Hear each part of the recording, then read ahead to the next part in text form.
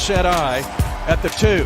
They fake the trap. Now Mahomes scrambling to his right, holding it, gets off the hit, now lunging forward, and now fires it late, caught at the back of the end zone. Clyde Edwards-Helaire.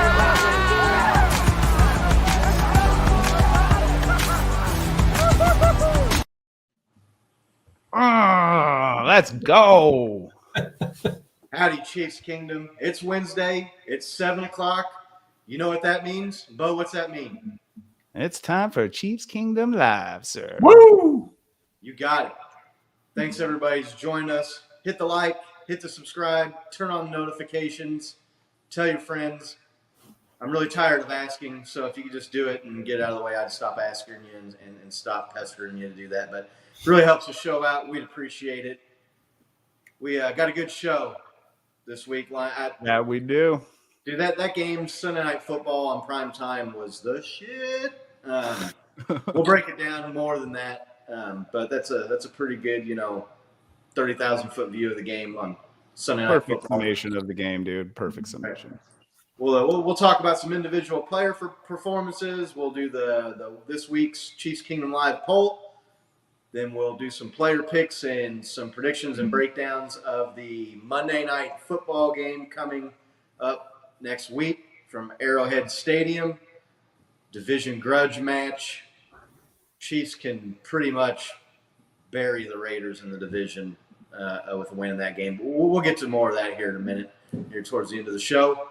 Fellas, I ask you how you're doing, but after that game, you got to be doing great, right? Yeah, I'm doing great. Everybody's been buzzing about Mahomes' play. He was named AFC Offensive Player of the Week. The Chiefs, put the most points up on the Bucs in the last, 3 years. Run game was going. Everything was clicking. We, will never totally avenge a Super Bowl loss like that, but, it felt good to get that revenge game going on, in Tampa where we lost the Super Bowl a couple of years ago. Yeah, it was just all around just great, man. How are you, Bo? Dude, coming off that Colts game, I was kind of worried about this game, and it just felt great. Probably had to be like what the Colts fans felt like last week, right? Just kind of like the fortuitous events on special teams. Just like, okay, here we go. And, unlike Andy Reid, he didn't let his foot off the gas, which was a huge surprise to me. And I was just thrilled to see that, man. Like I felt like he kept trying to strike. Didn't always succeed, but man, what a game. Yeah, terrific game. And just being on prime time, Sunday Night Football, millions of people nationwide watching. The Chiefs just put on an absolute show. Offensive eruption. Threw up 41. Probably could have scored more, if we're being honest. Had a couple of plays there on 4th and 3rd down drops that killed drives. That was really the only thing that stopped the Chiefs the whole game. Yeah. The Tampa Bay defense, which going into that game was giving up what? It was something ridiculous. It was like 9 points a game. I want to say they had given up 27 points in 3 weeks. The Chiefs had more than that in the first half. They were going into halftime having scored more points than all the Buccaneers' opponents had scored in the first 3 weeks combined. You talked about the fumble on the opening kickoff. Chiefs capitalized right away. 2 plays, touchdown. Travis Kelce. He owned the Buccaneers. Dude, he looks so good, right? That dude always looks good, but dude, even into what year is this? His 10th, 11th year? Or no, it's even later than that, right? 2008. So yeah, 12 years, right? He's been a while. He's 33, right? So yeah, he just has an understanding of the game that most tight ends just don't. He's always open. It's just it's crazy how money that guy is compared to any other tight end in the league. It's so fun to watch him play. He's so good. Right. And looking at that first picture that popped up there where he was leaping into the end zone, if you can jump like that, no matter how old you are, or how long you've been in the league, incredibly athletic play by the man. And they just really stepped on the Buccaneers early and often. They smoked them. The final score really wasn't all that indicative of the entire game. A interception late gave them a short field, an easy touchdown drive there in garbage time. But Patrick Mahomes was on fire. The Chiefs looked good. Nick, what stood out to you most the game against the Buccaneers Sunday? I mean, aside from Patrick Mahomes just willing the offense into better situations when things just looked like they weren't going to work out, I would say the running game. You know, we talked about it last week. We said, hey, look, the passing game seems stifled. Talking with Johnny B sides about they need better, offensive line play, get more holes, better running. Johnny B said, they could potentially do some quick slants. I think we saw some of those screen passes type plays happen, and it set up some fake screens and, wide receiver screens. But really just the play of the running backs to me stood out. Clyde Edwards-Helaire and Isaiah Pacheco both had the same amount of carries for the same amount of yards, as crazy as that is. And, the internet, especially the Chiefs Kingdom, has been buzzing about the way that Pacheco looked on some of those run plays because he looked like he's ready to break a big run. I mean, he looks like he's just like a hair away on a couple of those plays of really breaking it open and going the distance. There's some comparisons being made, between him and Kareem Hunt. I'm not there yet. Right. Somebody also put together a super cut that I saw on Twitter this week of all the Kareem Hunt plays. And that dude was a different kind of animal when he was playing for us in those first couple of seasons. But, just that kind of that angry, pissed off running where it's like, I'm not just trying to run to get yards. I'm trying to run because I want to hit you and I want to make you hurt. And so that really stood out to me, aside from just the obvious of Mahomes. Dude, I couldn't agree more. The run game was insanely good. And I have to admit, I got to step back and criticizing this run game. I mean, I know we didn't have the best run game last week, but clearly they're working it out. Baby steps, right? We're seeing it week by week just get better and better. I mean, the other night was just running 8 yards at will, dude. I was just well, this is a different guy. So I'm done criticizing this that harshly. I think we actually do have a run game. But what I was most surprised about was the counter was our run defense. I'm so glad we're not talking shit about our defense at this point like we were last year. We were just ragging on them, and they've filled so many holes with rookies that I'm really impressed with what they've done on the defensive side of the ball, man. We were going after Tom Brady left and right, getting to him. Might have kind of messed with his elbow. Who knows? Maybe made him have to leave his wife, get some rest time away from there. Who knows about that? But dude, they looked good. I think they only held them to 17 points in the first half, dude. And what was the total 6 run attempts in the game total? Stellar defensive play. That's what I was most surprised about. And there's got to be a reason that they didn't run more than 6 times. Maybe who was it? Fournette was hurt or something, or maybe they saw something in our secondary. But they stepped up and, dude, they held Tom Brady at bay. Well, Tampa Bay was down 2 to 3 scores a majority of that game, so that lends itself to taking you out of the run game. But they had, 6 carries for 3 yards or some ridiculous number like that. They shut it down early.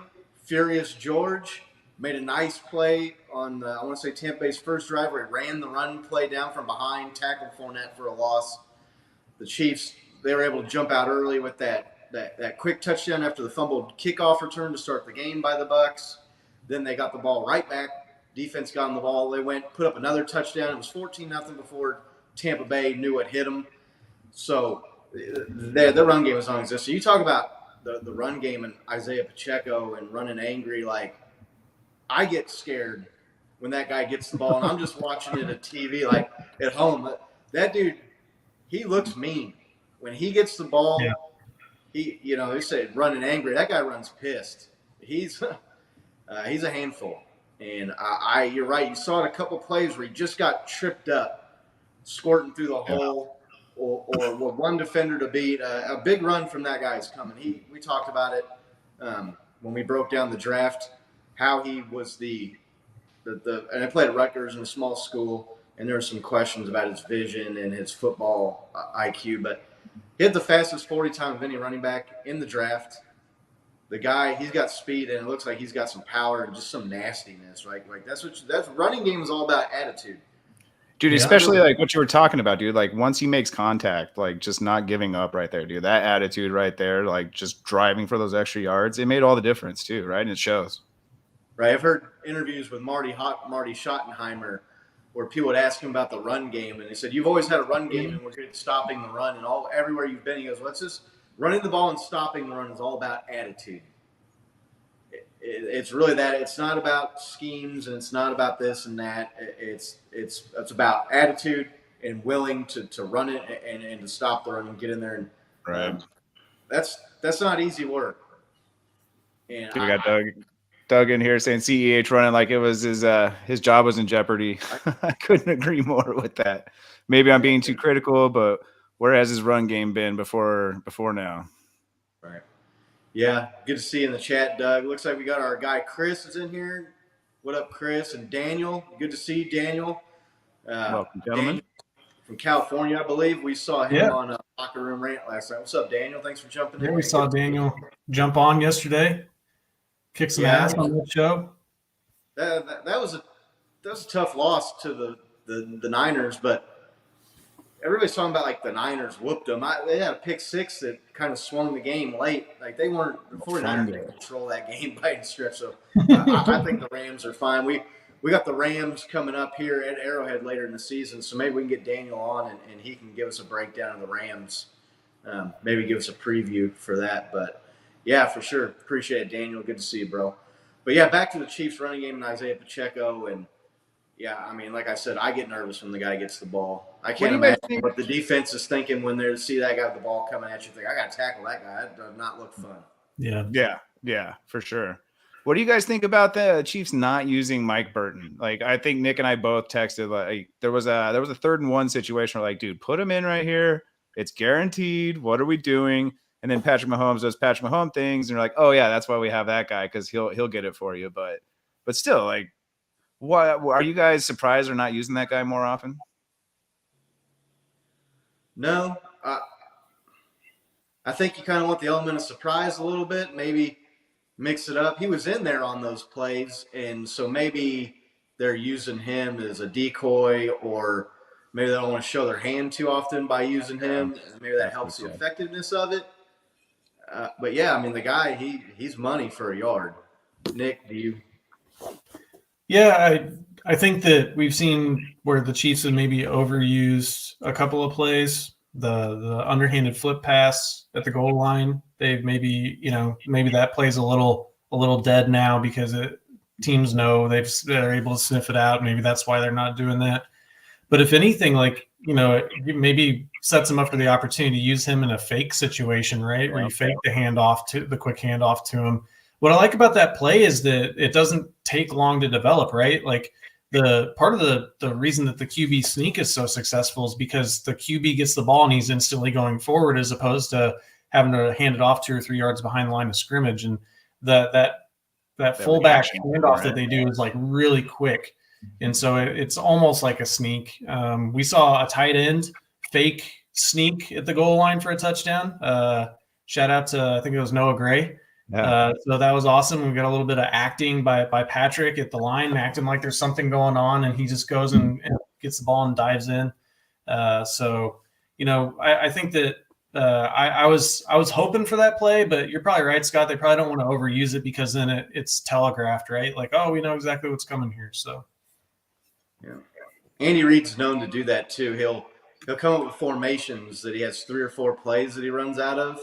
And that just keeps people guessing. Mike Burton's in the game, but is he getting the ball? It's one of those things where if you give it to him every time he's in the game, you know that he's getting it. So it's an effective play, though, and it works. And we saw them. They did it against the Colts and against the Chargers, I believe, in short yardage situations. So, yeah, for me, standout a player, I don't know. It's hard to say, but like L'Jarius Sneed in that game, he led the team in tackles. He had a sack. I put out on the Twitter, that was right after. So the Chiefs, they turned the ball over on downs, I believe. And Tampa Bay gets the ball back, and I put out a tweet and I said, well, that's how you lose momentum right there, because the Chiefs had all the momentum. They went for it, dropped the pass on 4th down. Well, Jerry Sneed comes in right away and gets the ball back. He's leading the team in sacks right now, which is crazy for a corner on a team that's top 10 in sacks in the NFL. It's not like he's leading the team in sacks, but they're bottom, they're ranked 28th in sacks. So you get 1 or 2 sacks. He's got 3 sacks. And for a secondary player, he's really learning to hide and disguise that blitz that they use him on. Yeah, dude, Brady didn't even see him coming. You're talking about sneaking up on the GOAT, right? Like, yeah, you fool Tom Brady, you're doing something right. Yeah, you're doing something right. Exactly. Right. And, he gets beat, and he's a slot corner. He's not one of these top lockdown corners you can just put out on an island out wide with a top wide receiver necessarily. But the guy makes plays, and he gets in there and makes tackles. He stuffs the run. Gets, like I said, he's getting sacks. Now the week 1 game, the Chiefs got the ball. They scored a touchdown. Cardinals get the ball. He had a 3rd down sack on Kyler Murray. Same thing. Yeah, exactly. Guys did well, got there in time, put the Cardinals back, forced them to punt the ball away. Chiefs got it, went down, scored another touchdown, getting out early, which is big for this team, is to get an early lead. So, yeah, L'Jarius Sneed, to me, the defense, I don't want to give the defense too much credit because it seemed like they're giving up a lot of pass yards. And part of that when the other team throws the ball 60 times or whatever it was, it's gonna be hard. And they got legit wide receivers on that team, man. Especially with Tom Brady at the helm with his weapons, right? Like, you're gonna give up a lot of pass yards in that situation. Yeah, it just seemed like a couple times when the Chiefs scored a touchdown or got a drive down in field goal range to push the lead back out to 3 scores, we'd give up a score or drive right away. But again, I'm not going to nitpick them. They played good. They didn't play necessarily great, but they shut down the run, and they made plays at key points when a play really needed to be made. So, dude, think about some of the running backs that the defense has absolutely shut down this year so far, right? Leonard Fournette last week, Jonathan Taylor the week before that.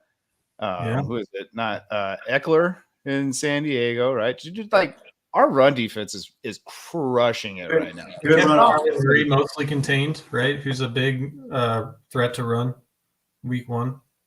Yep. Yeah. So dude, huge shout. What do you guys think about that Juan Thornhill hit on Mike Evans, dude? Like, do you think that was justified? That's a penalty, dude. That shouldn't be a penalty. There's literally nothing that the guy can do. He's already there. He's got to be there because he's got to try to break up the pass if he does catch it. And he can't just stop existing after the guy doesn't catch the ball. He didn't try to lead with his helmet. He didn't try to even move or do it. He just kind of hunkered down, and Mike Evans runs into him with his own momentum. Okay. Mike Evans catches the ball and you don't hit him. It's a touchdown, right? Yeah, exactly. That's all you can do in that split second, which is only that much time, right? That's all you can do. Then it's within the rules of the game too. Right. I mean, that's a textbook hit. That's how they teach it. The player safety.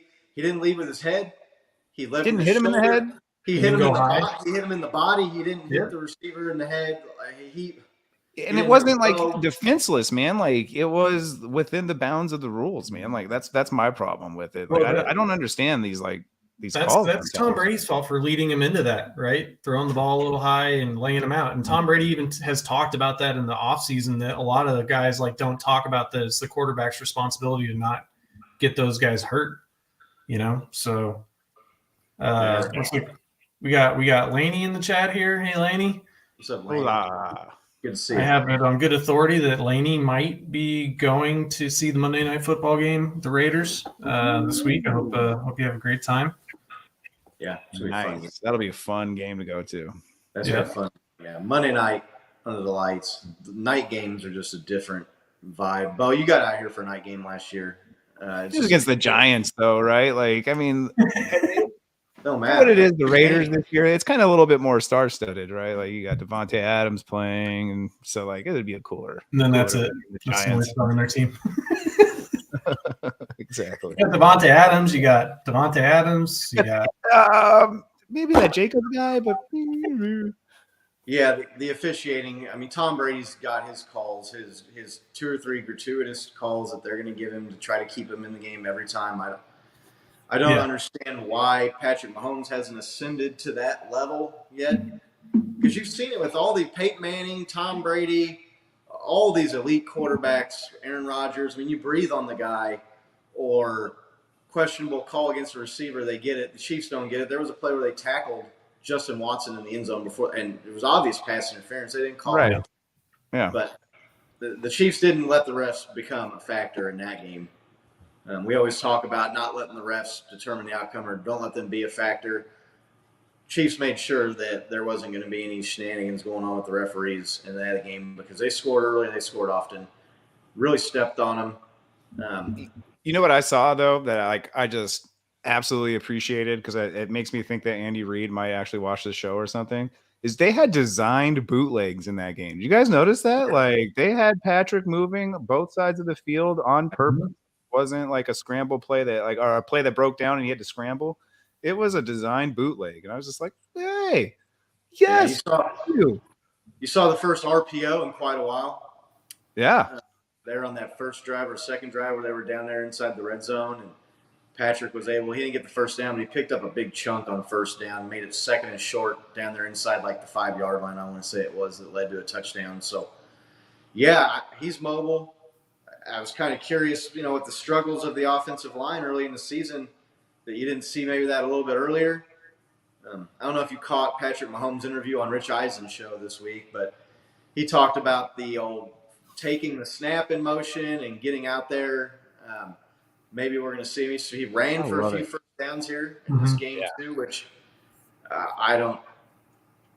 I'm not opposed to him running. He's not dumb like Josh Allen or some of these other guys where he lowers the shoulder and puts himself in harm's way. Yeah, he doesn't go for the hit, right? He goes for the yardage, and he knows when to slide or throw it away even, right? He knows when to get rid of the ball and take advantage of those situations, man. I really enjoyed seeing that. What I really liked about it the most, though, was how, like, you get those designed runs in the play, right? When a play that is by design not supposed to break down, and like all of a sudden Mahomes is scrambling, like the defense doesn't know what to do still. They're like, oh, is this another design play? And like, it happens so quick that like it's just it puts them on their heels the entire time. I love the play calling. Yeah. Except I feel like there was a couple like there towards the end, right? It's junk time, and it is what it is. But like there's this, I feel like there's a new mentality that you just can't just like run out a minute and give an opposing quarterback 4 minutes, especially somebody like Tom Brady, man. Like I don't know. Like I feel like there's got to be better play calling on third and long, like really long, and you just run like a quick little draw play. I want to say they picked up a play though, like on a little screen pass draw looking play to Juju Smith-Schuster on a 3rd and like 8 or 10 where he got a play. Yeah, they kept the pedal down, but it drove me a little crazy, I'm not going to lie, on that second to last possession by the Chiefs where Patrick threw the interception. That's the spot where they were down under 4 minutes to go, and they were up 3 scores, and they're running the ball and they're running clock. To me, like, that's the point where you go conservative. Run the ball one more time. Yeah. And punt it, and at least make them go the distance of the field. They use up 2 minutes of the last 4, and you get the ball back and 1 first down. You're up 2 scores. So, to me, I was sitting there thinking, Andy, this is where you be conservative. So, but again, that's nitpicking at this point in that game. They were masterful. Getting everybody involved. Jody Fortson scored a touchdown in that game. He came back, saw his return to the end zone. I saw somewhere he has like 8 or 9 career catches, and 4 of them are touchdowns. Yeah. It's ridiculous, right? Jason Dunn, right? Yeah, exactly. Well, dude, like we saw it last year before he got hurt. Like Nick was calling him out. I remember Nick being like, "Dude, Jordy Fortson, like this guy's the man. Like, what did you?" And like there was one, like he I think it was the same game he tore his Achilles.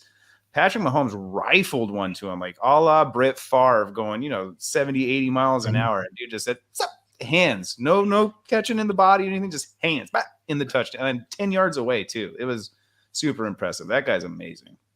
Yeah, he's a red zone weapon, man. Completely. big, strong, athletic. That guy, that's what you want down there. Can box people out in the end zone, right?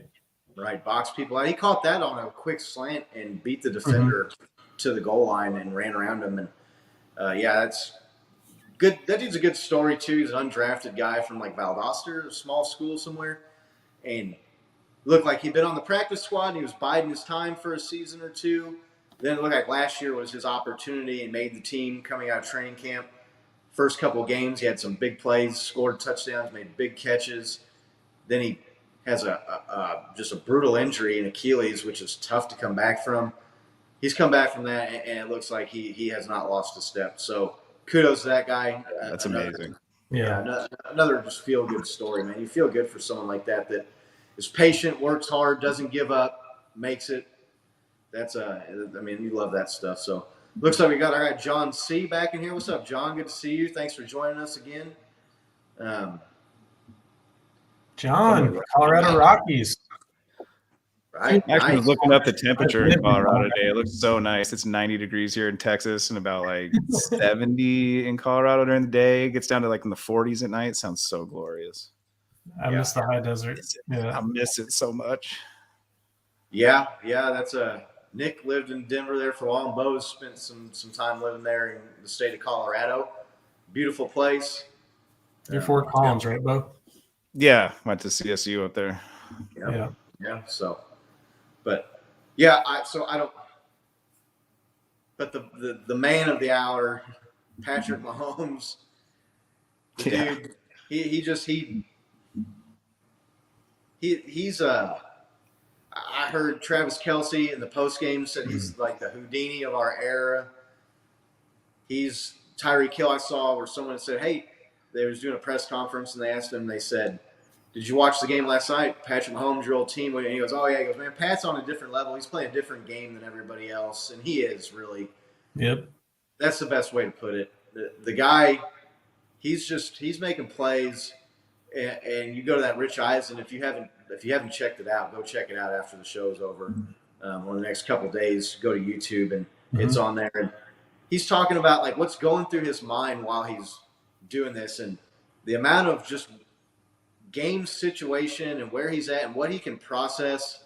He said he saw Nick Allegretti standing in the end zone, and he knew that when he spun, he was close to the goal line, and he saw Clyde, and just to be able to have that going through your head while you're outrunning I mean, those are guys we talked about as the number one scoring defense in the league. The first 3 weeks of the season, and playing backyard football against them. Right. Collinsworth and the Sunday Night Football broadcast said he's like the dad out there playing against all the kids. No one can get him down. Great analogy, right? Yeah. He's like you're not supposed to be able to toy with the opposition at this level, and he just does. Unbelievable player. Scott's favorite guy, Mike Florio, compared it to the Harlem Globetrotters, saying that the other guys like are the Washington Generals, and it's like it's almost like they know they're not supposed to tackle him. Well, there's that infamous image of Kyler Murray like laughing as he sees his receiver, and he smiles and throws it. Like Patrick Mahomes is doing the same thing on this play, dude. Like he's laughing at the defender. He's about to do the spin move on, dude. He just his tongue's out. Like, I think this was the GOAT comment that I saw though on Reddit. It's like what the actual F is this a god? Yeah, that play was something else, dude. But to Scott's point where he saw Nick Allegretti, like I saw Nick Allegretti too, and like I started yelling, thick six, the people I'm with are like, what are you talking about? And it didn't happen, but I was so ready for that too. I mean, not often that, a lineman checks in for play. I was really hoping for it. And also underrated after the play, this is the end of that play. Jeez. And I forget the guy's name. I snagged this off his Twitter. He's the guy that does the strength and conditioning with Mahomes. Bobby Stroop. Yeah, Stroop. And he was talking about like the drills that they do to help like his flexibility. If you look at his knee and his ankle there, like Bo and I were talking before the show, and it was like, dude, like I don't think I'd be my walking leg still. Does not survive that. My leg is broken in 20 different places if you tackle me like exactly like that in that same situation. And and like he's not even in pain. He looks like he's like surfing a boogie board out of bounds there. Just guys, Oh no, I mean, he didn't pop up with a limp or a hitch in his step, Yep. nothing. He just jumped right back up, was ready to go. The dude's like Gumby. That's what it looks like there. I mean, just twist the guy around the pretzel. But let's hope they're not. Let's hope they don't test that flexibility too often. There you go, our man John C. in Fort Collins. That's a cool place. Fort Fun, man. I love that place. It's different going back now because I mean I was there, in the early 2000s, and you go back now, it's a completely different town, but still a really fun place to go hang out. Old town Fort Collins. Lots of breweries, right? Yeah. What is it? New Belgium's out there, Odell's. Yep. I mean, it's kind of like the Mecca. I remember going out and visiting Bo when him and his brother were living out there, and they were going to Colorado State, and these dudes had the biggest TV I've ever seen. To this day, the biggest TV. To this day, I haven't seen one bigger still. Bro, that TV was ridiculous. I was like, I remember thinking like, did you guys like lift the roof off the house and drop it in here with a crane? Like, how did you get it into the house? But I think we took out the windows to the house and put it through the windows, to tell you the truth.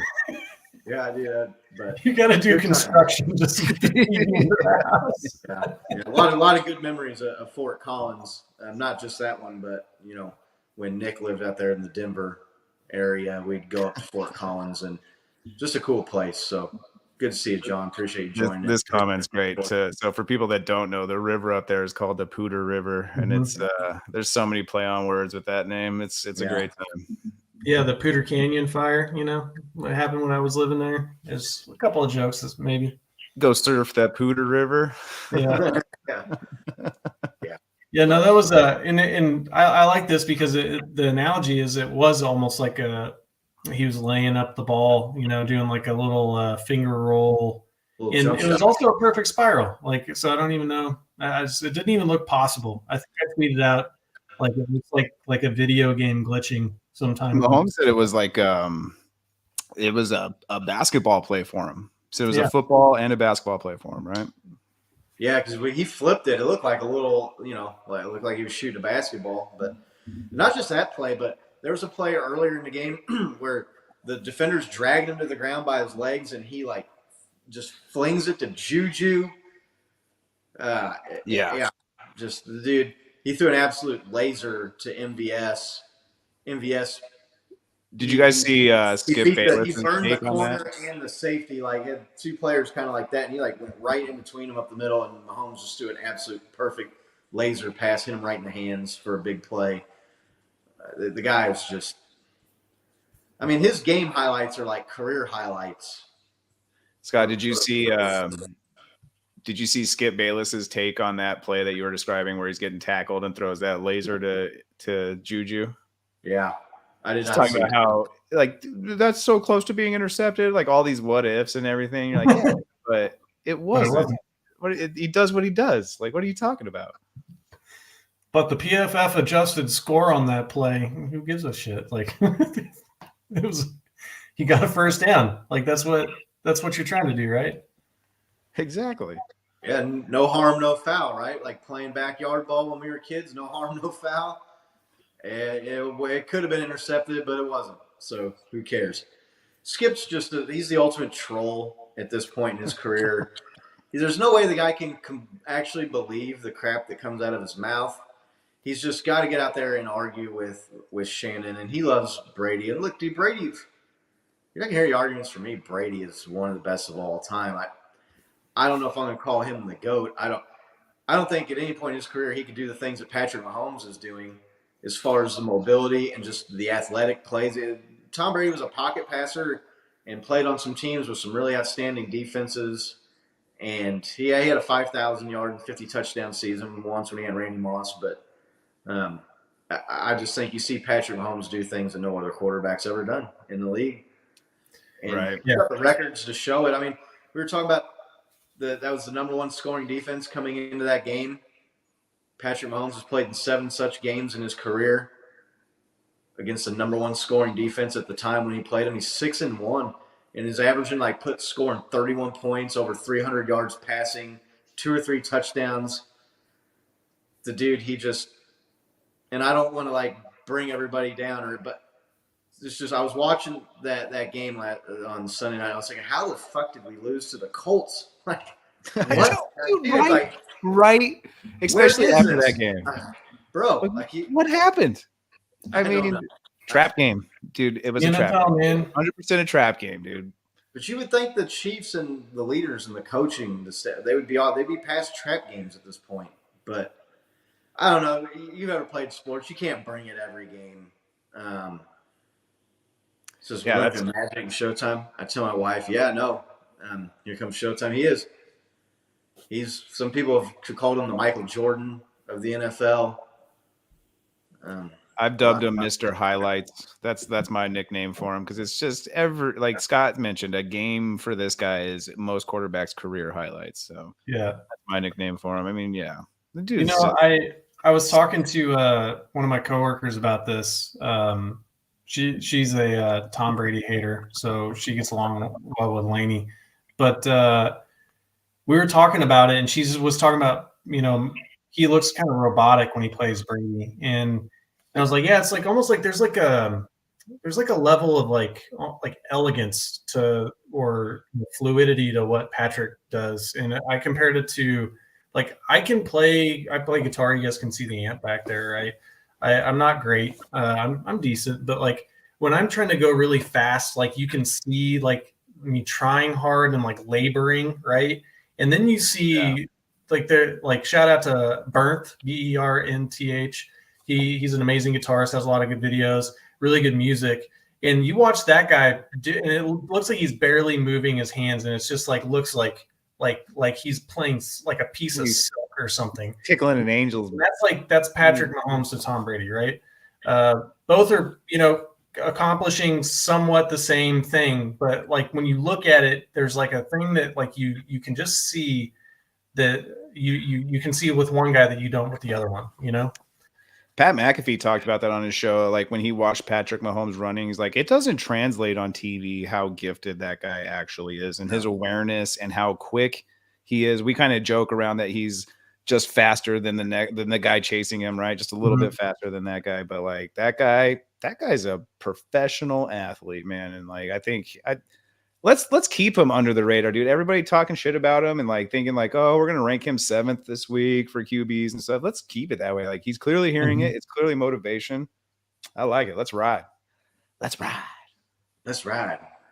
Don't do that on the show ever again, Bo. Anyway, yeah, you're right, and that's what the all-time greats do. They make the insanely hard plays look easy.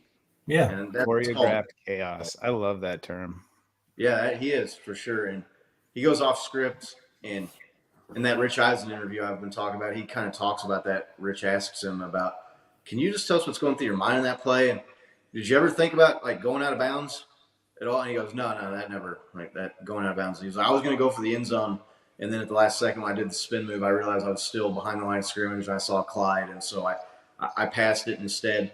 The dude's just out there. He's like, I'm not trying to show off. I'm not trying to. I'm just out there just trying to make plays and get first downs and score points. Yeah. Quote Andy Reid, he's trying to rip your heart out every play. Right. Yeah. Yeah. He's just trying to win. He's trying to do whatever he can to win on every play. And, you know, sometimes he does things that are unorthodox, right? But it fucking works. So who cares? Never gives up. Yeah, never gives up on the play. Yeah. Completely. Dude is so good. God, might be a good time to jump into our poll. What do you think, Scotty? Yeah, sure. Throw it up there. This week's Chiefs Kingdom Live poll. It was a little hard to put together because when I came up with the idea, I was like, well, what's like the most magical Mahomes play? And then there was like 30 plays came to mind. I was like, okay, well, I'm gonna have to cut out the playoff plays. I'm gonna have to cut this out. So we tried to put together and on Twitter polls, you can only have 4 selections. So I tried to put together the 4 most athletic or just great plays of Patrick Mahomes. And also then I had to trim it down even more to like time and situation in the game because Scott's asking us for ideas for these plays, and he's like, well, no, I mean, like, that wasn't under that much duress. Yeah, he wasn't looking the way the receiver was, but, I mean, that was also a playoff game. Right. This game would get, but this play, the game was on the line, or this was a play against like a good defense. So yeah, so Nick want to throw it up there. What the most magical Mahomes regular season moment? We had the spin and flip TD versus Tampa Bay. We had the 4th and 9 pass versus Baltimore from a couple seasons ago to the Cheetah. That was obviously a 4th down play where they don't make that play, the game's over. Left-handed pass versus Denver. That was a key moment late in the game. They got a big first down that allowed them to go on and win the game. And then the 3rd and 18 TD against the Indianapolis Colts, where he like does his little move where he like turns out of the defender. He did it twice, going both directions, then cuts around the corner and just throws a pass to Byron Pringle in the end zone where he has 3 defenders around him on the run.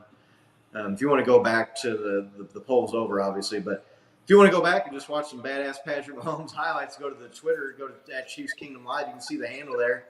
Yeah, if you're just listening, go to our Twitter account. Videos highlights of the plays there in the thread. So the spin and flip TD versus Tampa Bay kind of came back late there and edged out the 4th and 9 pass against Baltimore.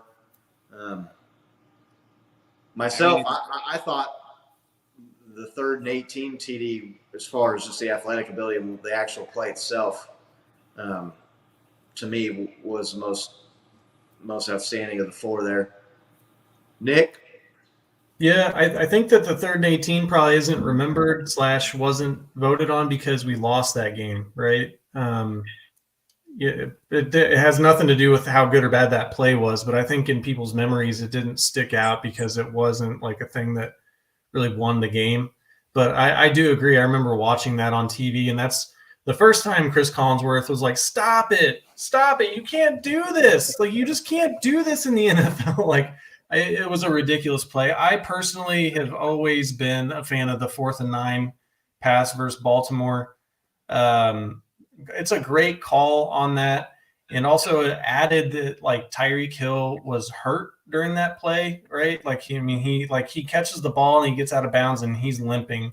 And I think he famously said after that game, Mama didn't raise me to be a softie. And it was just, he was going out of bounds. He just, the F it, Tyreek's down there somewhere is where that meme came from. And he just chucked the ball. I mean, it was a beautiful play. That was my favorite. But I agree. Like, we had to leave several plays off. I mean, we don't have the no-look pass in the same game versus Baltimore. We don't have the touchdown against San Francisco. Yeah, the San Francisco rollout. We don't have moments.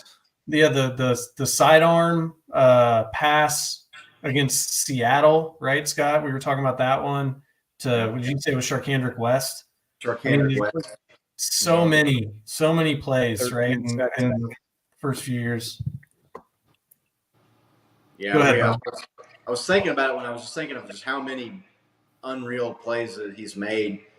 So I think we need to do maybe we do that for a bye week or something, like an NCAA type bracket of polls where it's like you can put like 32 plays or something up against one another and seed them. And so maybe we'll do something fun like that. But you do that. We could do a bracket and then just do a poll a day and then have the winner advance and then just take, a couple of weeks to do it. But it'd be fun to do this season.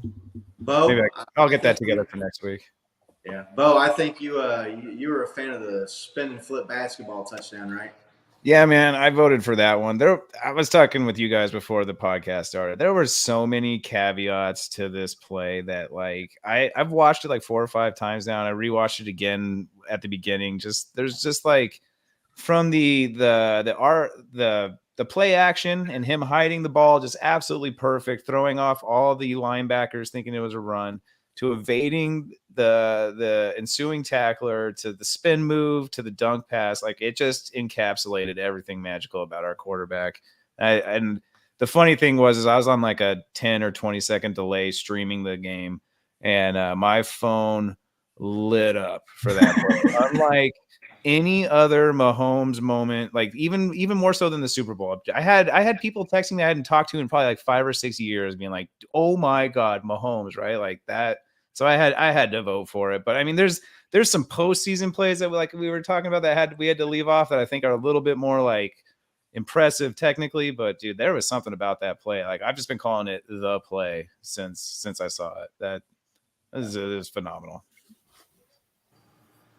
Yeah, there's no shortage of magic moments from Magic Mahomes.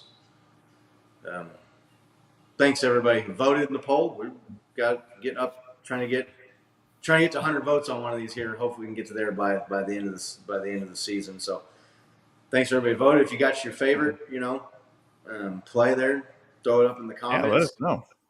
Yeah. And if you didn't vote, make sure to follow us on Twitter and make sure to vote next time. If you don't have Twitter, just sign up just to follow us and vote on the poll. We're going to put one up every week, right, Scotty? Yep. Especially for this bracket, dude. I'm excited for this one. I'll set it up. We'll get the plays going. We'll get a little bracket going for all these plays. That'd be fun. Yeah, maybe we need to vote on which is the greatest Mahomes play. Maybe we need to do some mail-in voting to get some more votes going on, but something. Stop the count. Wow, there was this crazy influx. We had 60,000 votes on this one poll. That's weird. The Twitter bot calling that I'm hearing is going on. We still we haven't lost any followers, so that's good. The Twitter account's still over 1,500. So, and there we finally got to the 1,500. We are going to do the Patrick Mahomes giveaway here in the next couple of days. We're going to figure out what we'll get you some Patrick Mahomes swag and put it together, and we'll pick a winner and send that out. So, yeah, I mean, if you're not following us already on Twitter, go do that now so you get in on some of these giveaways and click and like and subscribe and telling your friends about the show and tuning in. That helps us grow. And the more viewers, the more interactions we can get and the more views we can get going. Maybe we can get to like some monetization at some point and do some more giveaways and things like that. That's be a lot of fun. That would be cool. Right. Spread the word. And maybe it'll get you some cool Chiefs swag or some Chiefs gear or prize down the road. But speak it in reality, Scott. Right. Moving on to the game coming up, Monday Night Football. It's Raiders time games for the Chiefs. They go from Sunday Night Football against Tom Brady to Monday Night Football at home from Arrowhead Stadium against Las Vegas. Raiders picked up a win against the Broncos. Old Russ. The Broncos do not look good. And they've now lost Javonte Williams for the season, which I'm not happy the guy got hurt. But that's a huge loss, and that makes the pathway easier for the Chiefs. They were already struggling on offense. Now you lose that guy. Russell Wilson has not looked very good. Definitely not Mr. Unlimited anymore. Division game, 3-1 Chiefs versus the 1-3 Las Vegas Raiders. If you can get a win in this game, Kansas City, you'd go to 4-1 and you'd put the Raiders at 1-4. You'd have 3 games with one half of the tiebreaker already out of the way. You can put them out of the playoff, the division title race early. I don't want to hurt myself, pat myself on the back, but when everybody was talking about how tough this division was going to be, I just remember talking about on this show saying, where are people getting this from? Right. The Raiders barely got into the playoffs last year playing the last place schedule and just got absolutely whipped by the Chiefs. I was never worried about the Raiders going. They got Devontae Adams. Who cares? How many times have you seen the Raiders get a big name player and they still suck? They still find ways to lose games. Dumb penalties at dumb times. What were they doing with what was his name? Rich Bisaccia, the interim coach that they had last year after the John Gruden fallout. They got rid of him. Was that his name? Rich, right? Bisaccia? I couldn't even tell you who the Raiders head coach is now. Do they even have one? They look pretty much Josh McDaniels, right? That's the point I'm getting to. They bring in Rich, the guy, the interim coach. He leads them to the playoffs. And what do? They get rid of him and bring in a guy who flopped out in his first go-around, a Belichick disciple, which none of those guys have panned out and been very good as NFL head coaches. And they start 1-3, and it's same old with the Raiders. Dude, Nick, that Raiders cycle, it needs one more box. And right before the We Are Here one, it's like Derek Carr's going to do good this season, right? Yeah. Derek Carr is a dark horse losing streak, and then that's where we are. That's phase 1 right there at the beginning. Off-season hype, right? Overhyped in the off-season. But specifically, I don't know. Derek Carr is my dark horse MVP candidate this Right. year. Okay, so like, right, I don't want to like get too excited about this game and like juke them like we did the Colts, but how excited are you guys to watch this defense go against that O-line and Derek Carr and just like rip his head off this week? Like, how many sacks do you guys kind of? I'm over under on 5. I'm kind of taking over. Yeah, I don't know. That'd be tough. I don't know that I might 5 sacks is a lot, but Yeah. if we can get to him, he'll just throw the ball. He'll just chuck it up in the air. Dude, that's the knock against that guy. Yeah. You hit him early, you get him rattled, and he turtles and just sucks the rest of the game.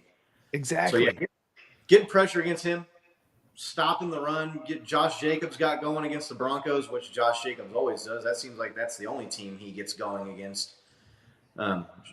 Shut that down and get up on them early and make them throw the ball a lot. Yeah, that line is Chiefs can get in there, and Derek Carr's not a mobile quarterback. He's not a statue pocket passer, but he's not Kyler Murray or some of these other guys where Lamar Jackson, where he can get out and run, so he's really a threat with his legs.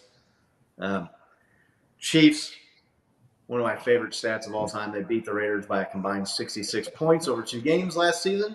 89 total points. They scored 89 on them total. The logo game where they came out and decided they're going to jump on the logo before the game and then ended up losing like 49-7 or whatever that game ended up being. That was an absolute joke of a performance.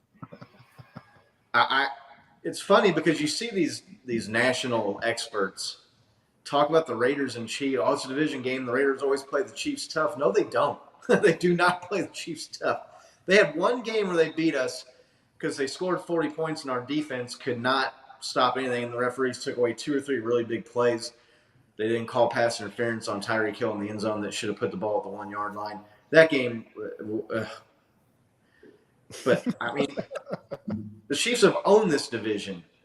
Wasn't that the game that they took their bus around they did a victory lap too because they hadn't won in so long and they finally did it and they've only. I retweeted a video the Chiefs put out, the post-game locker room celebration after the win against Tampa Bay. And Patrick Mahomes saying, "Great win, guys. That's awesome, but we know we can get better. We know we can learn from this. Come back next week ready because you know who's coming to town." He didn't even say the name. Everybody in that locker room knows the Raiders are coming to Arrowhead for Monday Night Football. That was the other thing, too. Like when people are talking about, the Raiders, this could be the toughest division in the NFL in decades with Russell Wilson and Derek Carr and Justin Herbert and the Chargers and the Broncos and the Chiefs have owned this division. And this idea that the Chiefs, the Raiders play the Chiefs tough. No, they don't. The Broncos haven't beat us since iPhone 6 was the hot new gadget. Obama was president. And they beat the Raiders almost as often. I mean, there was that one loss at home, and then they had a loss in Vegas 5 years ago, where that was the infamous, 7th and goal or 8th and goal or whatever it was. They just kept giving them penalties, and they finally got it in the end zone to win the game late. Let's get real. The Chargers kind of play us well, and the refs always play us well. They're always hard to beat, right? It's Dylan. That's kind of Hey, it's Dylan. Boy, Dylan in the chat. What's up, Dylan?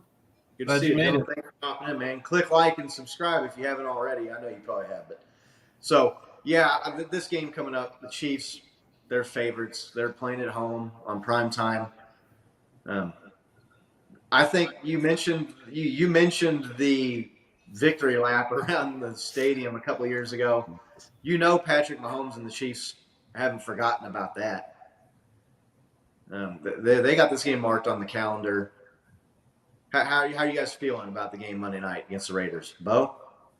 Like I already said, man, I'm excited to watch this defense go after Derek Carr. Like, I think you nailed it perfectly, dude. As soon as you get to him, if you hit him, he gets rattled, and he just doesn't look like himself at all game.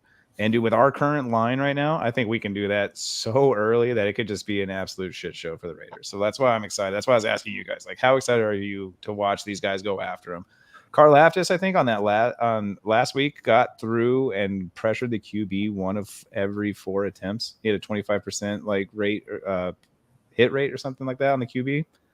Absolutely ridiculous. And if you saw Aaron, I don't put a ton of faith in these stats, but the win rate for a defensive lineman, Aaron Donald was bumped down to number 2 in the NFL to somebody named Chris Jones after last week. So Chris Jones has the highest win rate, 56 or something like that. Yeah, for a defensive lineman. So he's playing like a man that is it ready 56? to mass.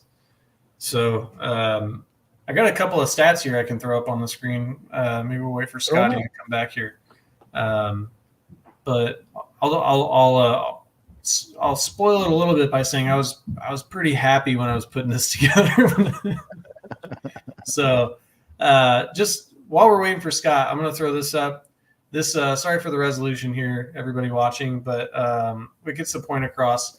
So there's been a lot of talk about the Chiefs offense. I know we had a couple of weeks where we didn't look super great, but if you check this out right here, this is your defensive, right, EPA per drive and offensive EPA per drive. If you look at the NFL, right, like everybody's grouped in here, you have a couple here, and then here's the Chiefs offense, just out here, just a little below the average defense, right? But just out here on their own on an island, just lap everybody offensively. Like the way that this offense is clicking, if you take everything in aggregate for the season is really impressive, right?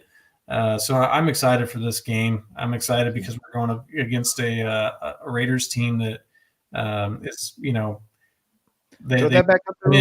they look like shit, and it just makes me happy when they lose. I may make me a bad person, but that's the way it is. So, Nick, will you throw that back up there real quick? Yeah. Does that say the 49ers have the best defense in the NFL? Is that what that graph said?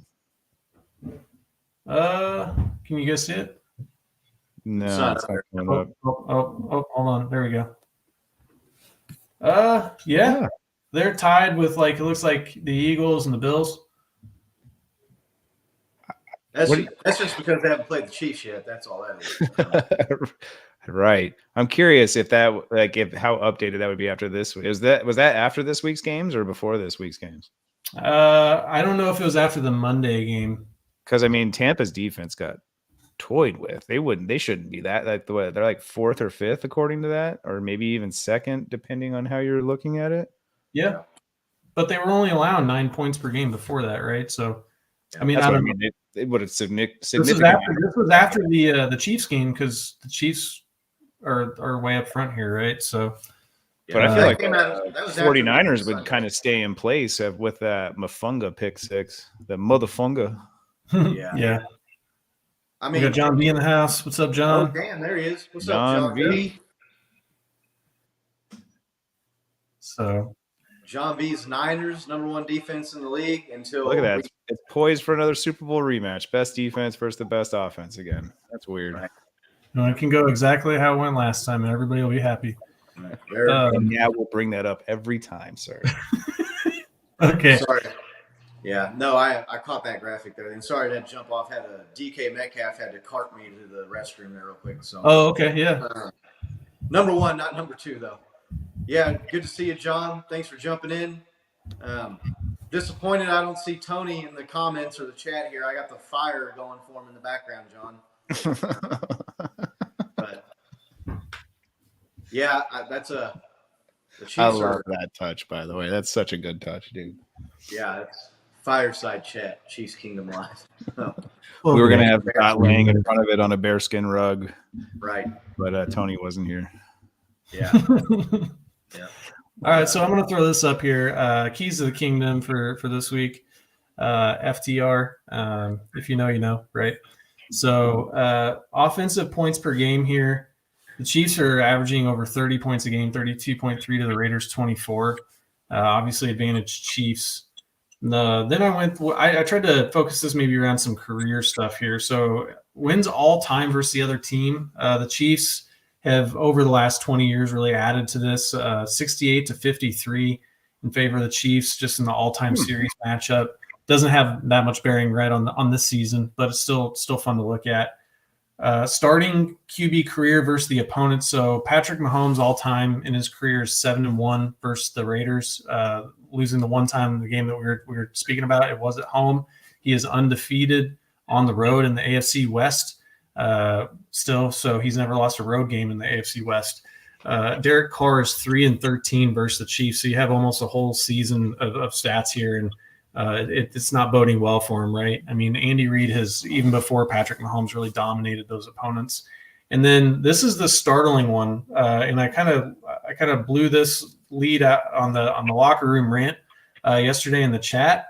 But career starting quarterback win-loss record, 53-14 for Patrick Mahomes, and then Derek Carr is like almost 20 games. I mean, maybe it's 15 games, but like under 500 as a starter. That's nuts to me that like he's still the starter having that kind of career record. And I know wins aren't a QB stat, but I mean, they impact your ability to win more than any other player on the field, right?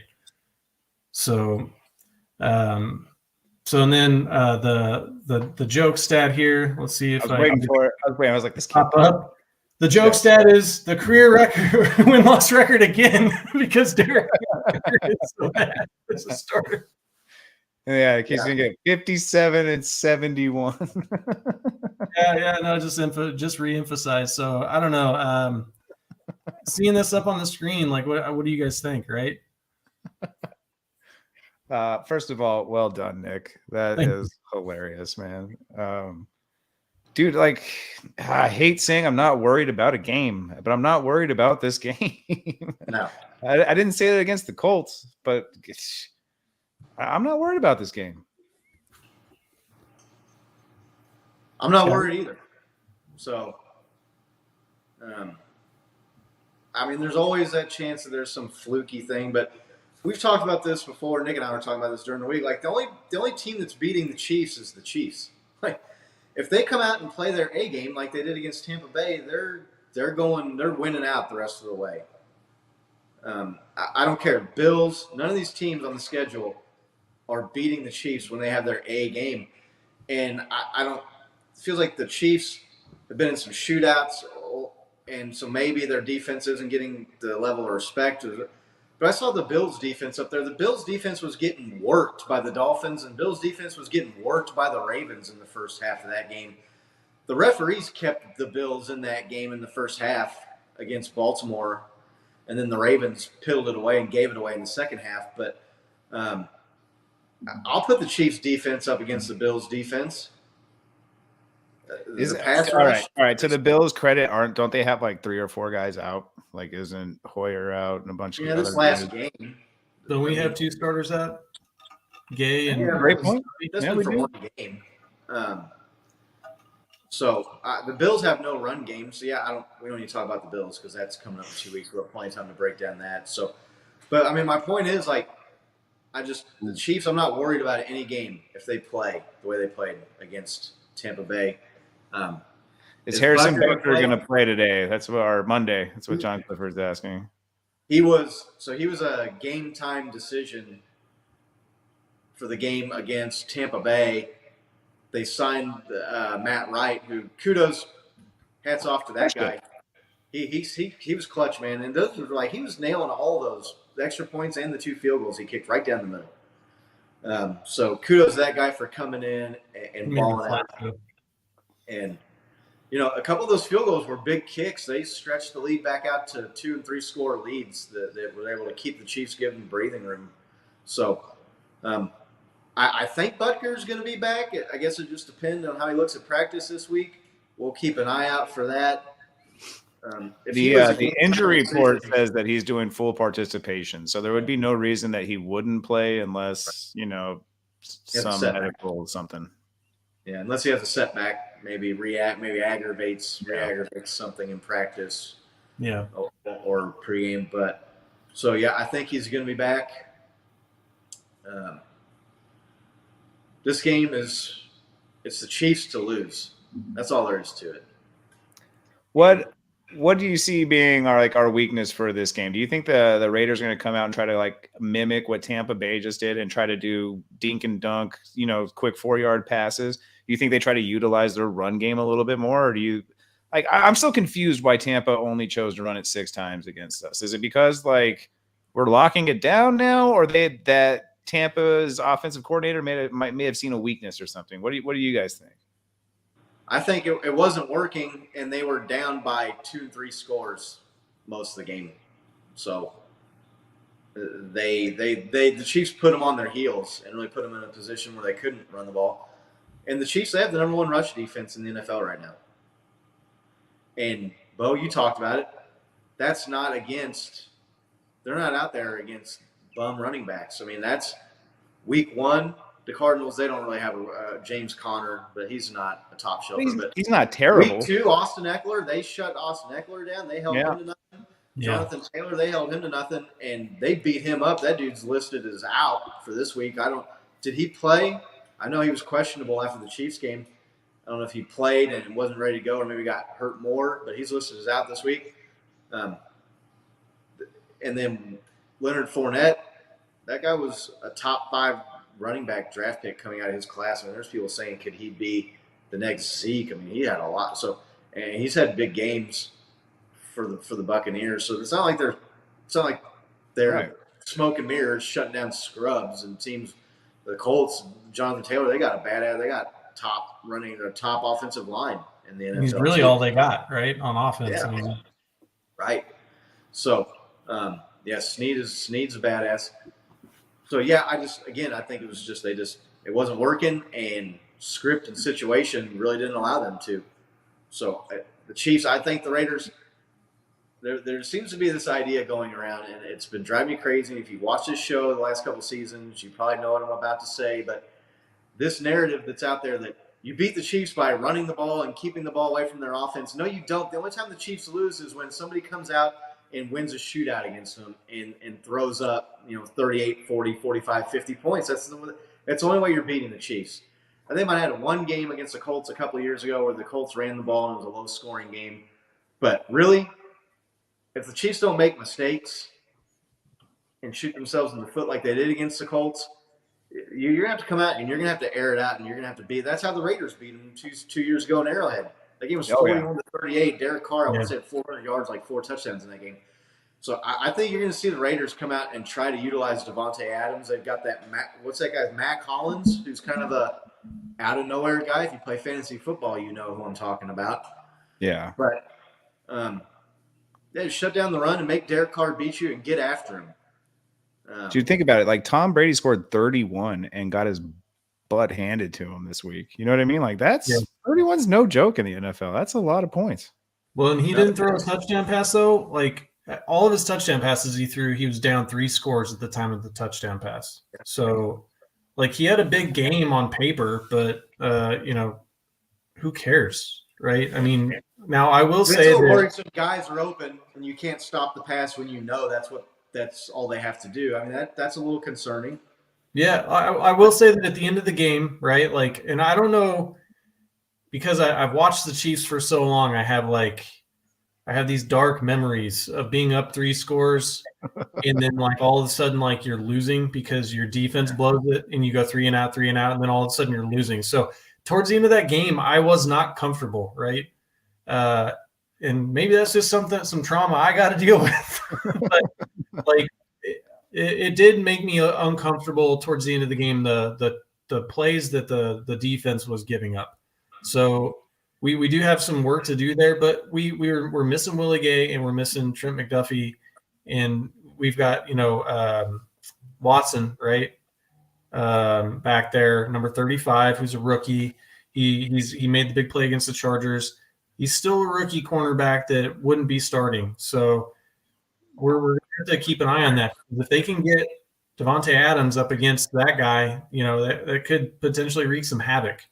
So what do you guys see the Raiders trying to do this week? Like, I see them trying to mimic what Tampa Bay was trying to do and just pass, dink and dunk, right? Like, occasionally maybe a long thread or two, but like I don't see them trying to like run it down our throats or anything. What are you seeing? Yeah, I think you're going to see the Raiders come out and try to air it out and score points because that's how they're going to have to beat the Chiefs. The Raiders' defense is not outstanding. Max Crosby is the only guy that you know, unless you're a Raiders fan, on that defense. I don't. They should be able to handle him. The offensive line, the way they played, and the way they ran the ball and did what they want at will. I don't. Dude, to that point, real quick, I'm sorry to cut you off, but like I gotta say, like Chandler Jones has been scary quiet this season, dude. That guy is an animal. He's a old. threat. And I really hope we're not overlooking him. He's older, but like I mean, I'm more or less worried about like that combo than the Mac Bosa combo we faced in San Diego a couple weeks ago. Yeah, the Buccaneers defensive line is better than the Raiders defensive line, right? I mean, you got what's his name, the guy that was talking trash on the Chiefs, Shaq Garrett. They've got Vita Vea. They got guys on that defensive line. Tampa Bay. I mean, it was John C put this in the chat, right? Trey Smith is kicking butt. There's him and Creed together were moving people, right? They were kicking ass on that line in that game. So, I don't know what goes on behind closed doors. I would be willing to conjecture that there was some talks about, hey, we didn't put this line together to protect our $500 million quarterback, to have him running for his life and getting knocked on his ass. So you have one job, and that's the job that you need to do is keep people off of him and help our run game. So I'm not that worried because like we're not going to face a worse pass rush than we have the last 2 out of 3 games, right? Is there anything that you think with the Raiders that is going to be tougher to defend than the Chargers or the Bucs? And we won both of those games. I mean, no, but maybe, right? Because what's that dude? Renfro's coming back this week. So like the weapons at Carr's disposal are notable. They're not great, but like if, like when teams lose as bad as the Raiders do, I feel like this is what the Colts did to us, dude. They just go back down to basics and they just play some basic football, which will work for a little bit, right? And you get Winfro, Waller, and Adams just doing like basics, deke and dunk, and like start tearing it up and like start confusing our defense. That's what I'm a little worried about.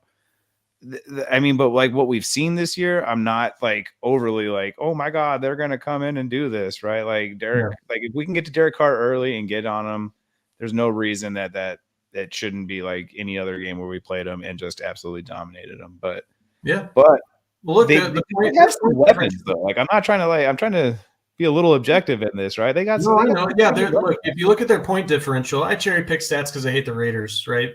But their point differential is, I think they're -3 and they're 1-3, right? So like they're losing games. They're not losing games by a lot. The Raiders, they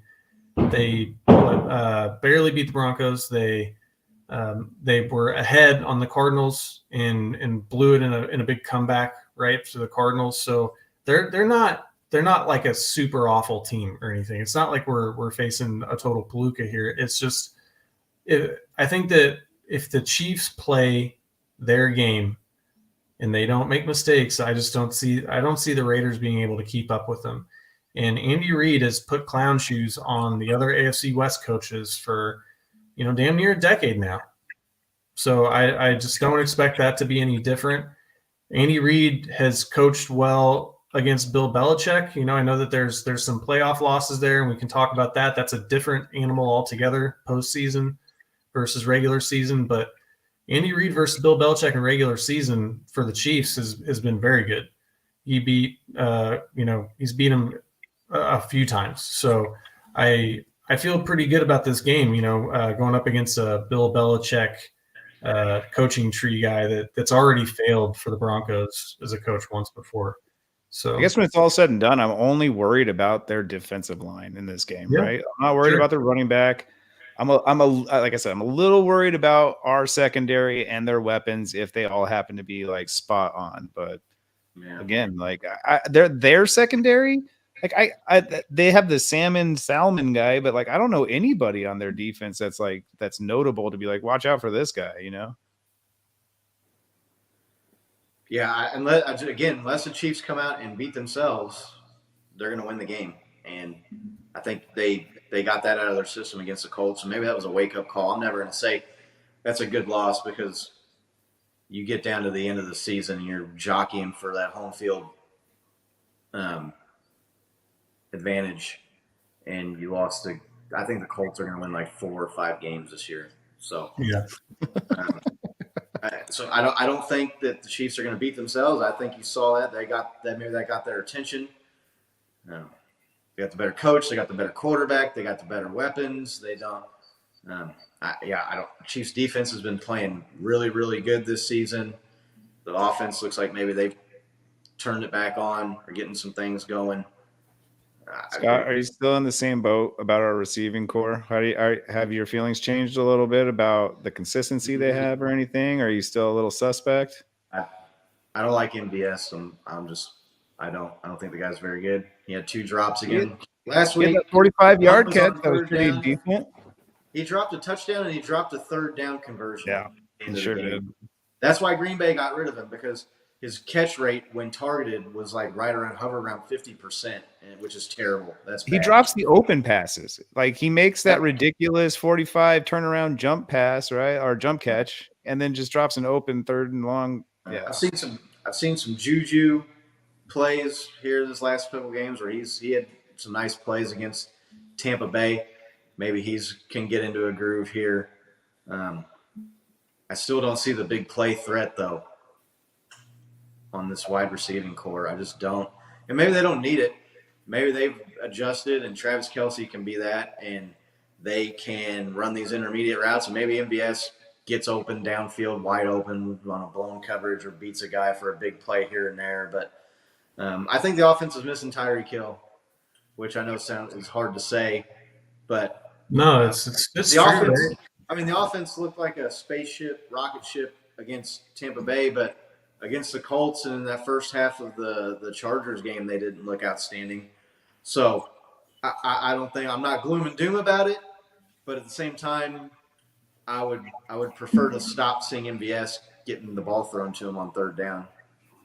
What do you guys think about using Pacheco as a home run hitter with that speed, catching passes, right? We used to do that with Kareem Hunt.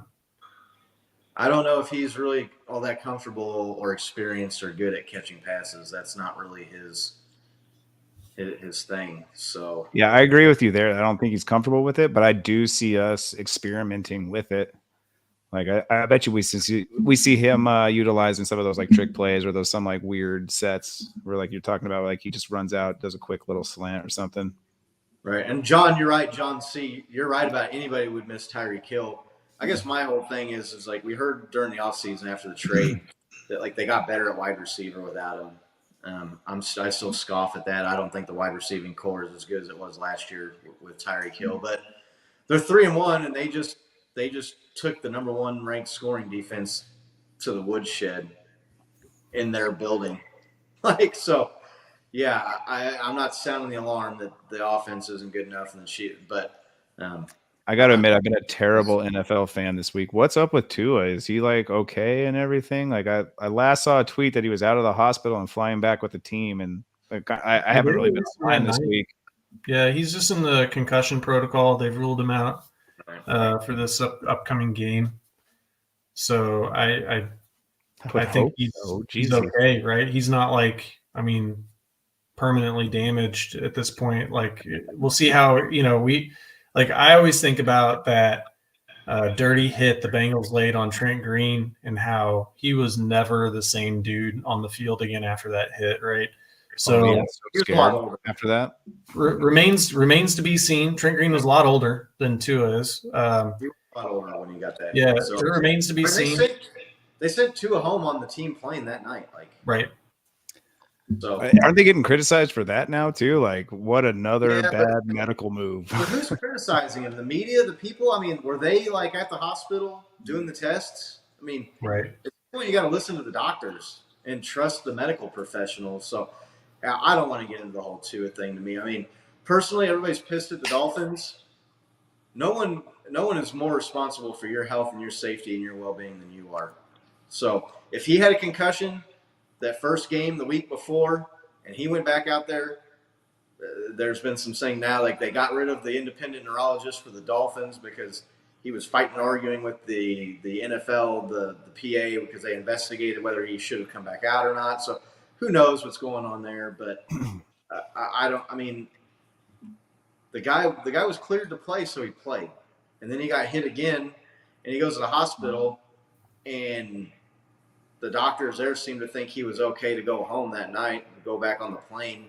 I'm not going to be one of these people that's going to sit here and act like I know more than the doctors and the people that are evaluating him. Yeah, but there's a certain element of like the sniff test, right? Like looks like a duck. It definitely looked like a duck, man. Like that's the weird part of this whole situation, right? Like I think everybody be ready to admit like they're not a professional or they're no expert in this field, specifically like neurology and everything. But like when you're watching a player do that week after week, you're like, how are you playing this guy? I think it's just more of a question of like the profit motive in football more than anything, right? Like the illusion of player safety. I think that's why it's such a big thing. Yeah, I mean, I don't know. They're playing a guy that agreed to play and said himself was good to play and that the doctor said was good to play. I mean, I don't know. If he wasn't, then I put that more on the player and the doctors than I do the team. So, yeah, I would put it 100% on the doctors, right? Like you got to defer to the experts in those moments, especially like a coach, man. Like a coach is dealing with 30 fucking things, probably more at any given moment during a game. And like, you got to say, hey, go to your medical expert. Is this guy good to go? Yeah, he's good to go. Okay, we're going to put him back in because he's our best option right now, right? Right. Yeah. You're just doing what you're directed to be able to do, you know. If in the playoff game where Mahomes was taken out against the Browns, if you found out that he never had a concussion, which we're pretty sure he didn't, right?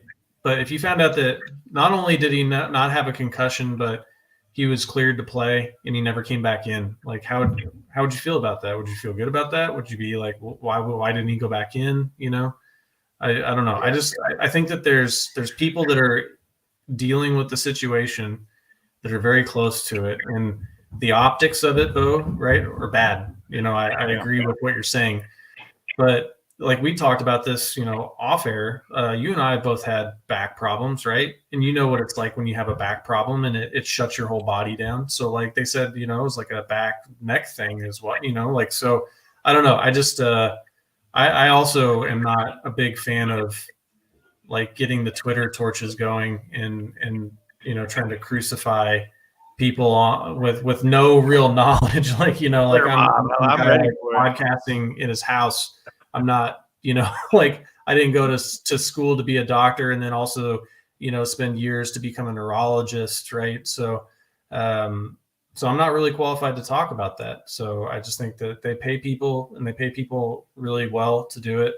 And if there's, you know, they also have people that are paid to investigate those situations and see if they did, you know, if maybe there was some money under the table, right. Or people were making bad decisions. So, well, I mean, you guys both kind of alluded to it. You guys both are like, I'm not a doctor. I can't really tell you about it. But like, let's hypothetically think like that happened to Mahomes. Like, let's say that happens to Mahomes. How would you feel about him being thrown into a game the week after? Like, even if it was a back problem, like I personally coming off a back problem would be like, dude, just let the guy rest for more than 5 days. Well, I mean, we let him go. We let Mahomes go back in the game after he was in the concussion protocol for a week, right? In the playoffs and play against the Buffalo Bills in the AFC Championship. And I was fine with it. Okay. You know, like it's not like I don't care about his personal safety, but like if the doctors say he's okay to play, like I have to defer to people that do that for a living and say that he's okay to play. And he says he's okay and he agrees to play. Yeah. I don't know. Well, I don't necessarily think you can take a player's opinion at any point during an injury. Like a player would say he's ready to go back in with a broken arm. You know what I mean? Like players just they're incentivized to go back in and play. So like, I don't feel like players should have any say in whether or not they should go in or not. I mean, I think that's why they got like the whole independent neurologist involved, right? Because like players would be like, no, I'm good. I'm fine. So yeah, I guess I put the blame on them for saying they're fine when they're not fine. I mean, Dude, I can't help but think that like they're almost taught to like pass the protocols. Like there's got to like I don't understand how you pass that protocol. Well, what they do is they say that there's like a baseline test that they take, and then they compare you to your baseline. So if they say, "What's your name?" and you go, Nick, like, and that's your baseline, they're like, "Oh, he said his name in 5 seconds," I don't think it's that simple. I don't know. That's what I've heard players say, is that they try to cheat baseline so that when they're hurt, that the player. Yeah, no, totally on the player, right? So I don't know. I mean, I'm not defending an organization. Look, if the Dolphins did something underhanded, then hopefully it comes out in an investigation, and those people are held to the fullest extent that they're be able to be able to be held accountable to. But I just think that there's like a lot that we don't know about how that situation played out, and so I just like it did look bad, but like I'm not close enough to it to be able to say what it was. Right. I was surprised he went back in because I mean, ultimately coming all the way around, I don't think Tyreek Hill is going to have a great season now. Just hot take. See what Tyreek Hill said to the reporter that asked him about that? He says, how do you feel about Teddy Bridgewater, and what do you think that does to your game? And he goes, he's like, I'll put up numbers with you at quarterback. Such a great response. He's leading the league in receiving. He'll be fine. Right. Yeah. So jumping back to this Raiders-Chiefs game, who's a player to watch? We'll do our player to watch, and then we'll give some predictions. If you're in the chat there, if you're in the comments, tell us who you think the player of the game is, player to watch, and maybe give us some score predictions when we start getting to giving our predictions. Jump in here and see how you all are feeling about this game. Nick, player to watch, who you think keep an eye on, who has a big game? Just first, I want to say, looks like we got John F in the chat. Welcome back, John F. Glad to see you, buddy. I am going to go with Isaiah Pacheco for a big game. I'm not saying he's going to have like 100, 150 yards rushing. I think he is going to get a big touchdown play, though. I think we're going to see him bust loose. I think he was very close, and so that's who I'm going with. Number 10. I'm going to go on the other side of the football. I'm hoping for a great defensive showing from Juan Thornhill. I was talking earlier about if we can get our line to get to Derek Carr, he's so infamous for just kind of throwing up prayer balls, and Thornhill's been just right there on so many plays. I think he's kind of destined to either snag one or get even a pick six. So I'm looking that way. What about you, Scott? Man, it feels like cheating, but Travis Kelce owns the Raiders. Maybe that's too easy. Maybe that's super obvious there. No, I picked him last time though, so try not to do it. We got the Johns here, John C and John F going Sky Moore. I like it. I know. There's more in common than just the name. And then he found his way into the rotation and made a couple nice catches, made some plays. So yeah, I'm gonna go Travis Kelce. And we got it's Dylan Snead Jones for his pick. I like it, Dylan. Yeah, I see Chris Jones getting in there. He's on fire this season. He's the best defensive tackle as far as rush win rate and pressures and sacks go right now. So did you guys see Pat McAfee's tweet about like it must be fun to be a Chiefs fan? Yeah, I did see that. Talking about all these players right now, maybe having a game is like, yeah, man, I hope that guy does too. It is fun to be a Chiefs fan. Pat McAfee, it is fun. Right. Yeah. And if Pat ends up, if you end up seeing Chiefs Kingdom live this episode somehow, we have to come on and tell you all about what it's like being a Chiefs fan. So, open invitation. Yeah, Sky Moore could be on the cusp. He was he had one catch in the first game against the Cardinals, but he really wasn't on the field weeks 2 and 3. But he got on the field last week. I'd like to see him get more of an opportunity. I think, especially with the MVS, man, I just think you know what you got with that guy. So, with Adam's info to the game, we need to watch that Waller doesn't slip under the radar. Yeah, Waller, he's more than capable of making some big plays. So, yeah, Scott, I think you slipped away when we were talking about this a little bit. We're just talking about that, like, to be as objective as possible, that the Raiders do have some weapons, right? Like, yeah, yeah. right. But they always have weapons, like, and they always suck. Still, doesn't matter. Like, I don't get like. I mean, Devontae Adams, he should have stayed in Green Bay. I think he's probably ruined that decision, ruined the day he decided to leave Aaron Rodgers. But I think when it comes down to Derek Carr, you can have weapons, but It's ultimately, it's the guy throwing it to him, right? That's the problem. Right. That's a problem. So, John C's back in here. Pat Mahomes has been awesome, and he has loose talent. Keeps coming. Yeah, they had it going on Sunday. I'm stoked for the moves we made with all the acquisitions we made, man. Like, it obviously sucks losing T. Hill, but like, I'm stoked with our team right now. I'm excited to watch this game. Yeah, we do have. It seems like there's always somebody getting open, right?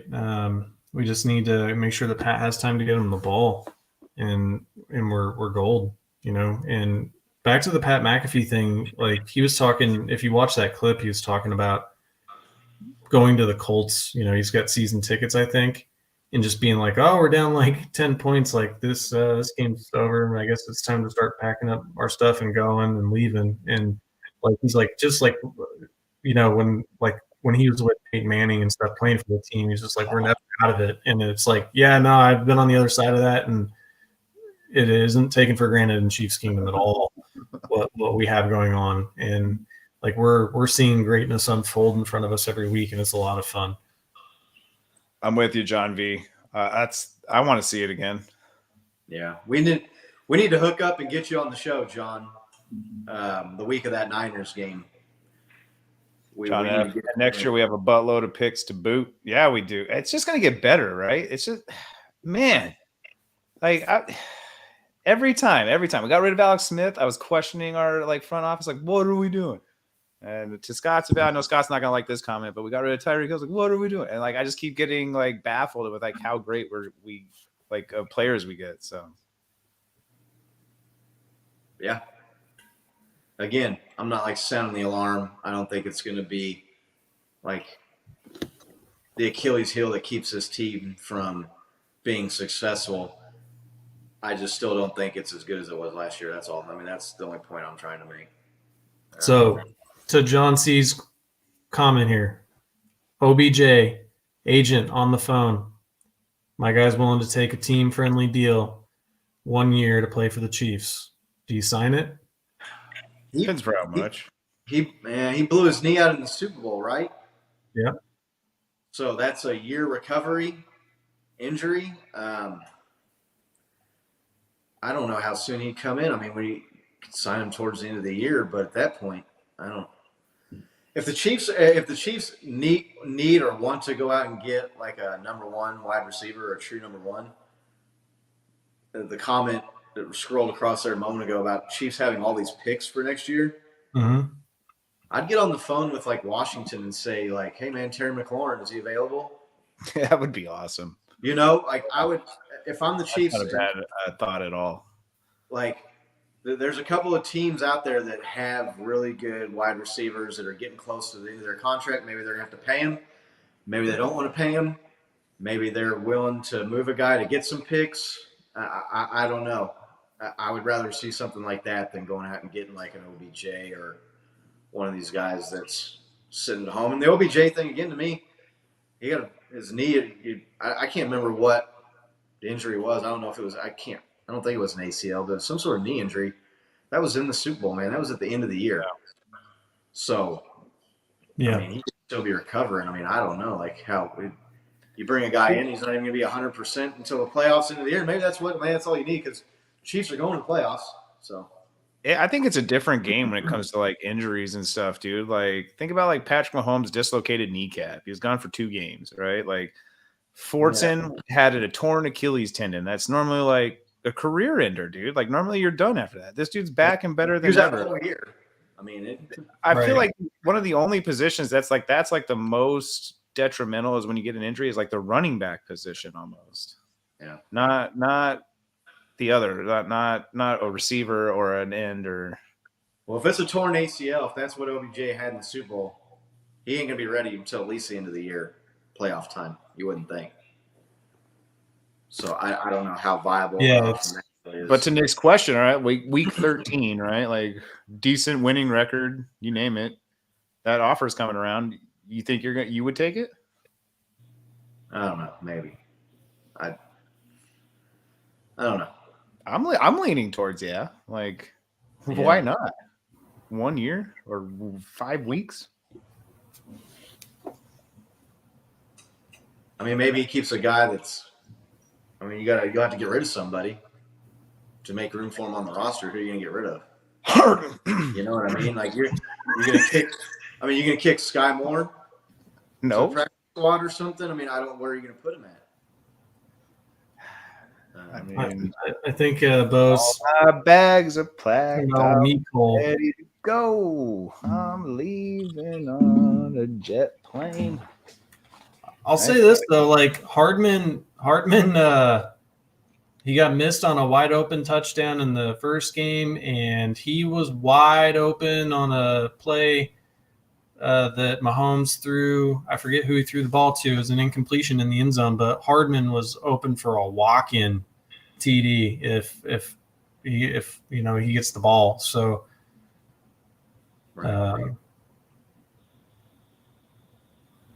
Justin Watson. Achilles, it was an ACL. Oh no, the Achilles I was talking about Jody Fortson for us. Yeah, and then I think you're gonna kick Justin Watson. Get rid of Watson.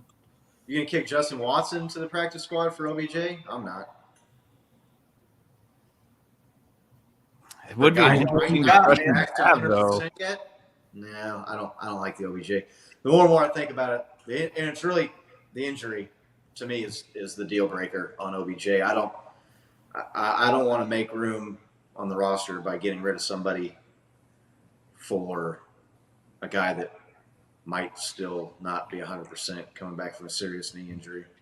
It's such a hypothetical, right? Because Justin Watson's still so new to this offense that like he could have a breakout year or he could just kind of go by the wayside. So like if he had a breakout year, then I'd be like, no way. But if they kind of just do this 2-3 targets a game like they're doing right now, then yeah, I would be OBJ out or OBJ they're in. Good with everybody though, except Travis Kelce. I mean, no wide receiver on this team is getting 10 targets a game. They're getting 2 or 3.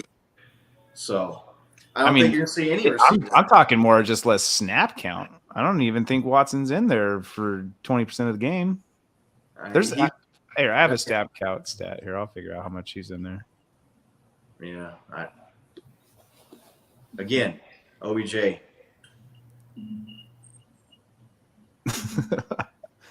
Yeah, I don't know how I feel about it, right? He's out there, right? He's on a team.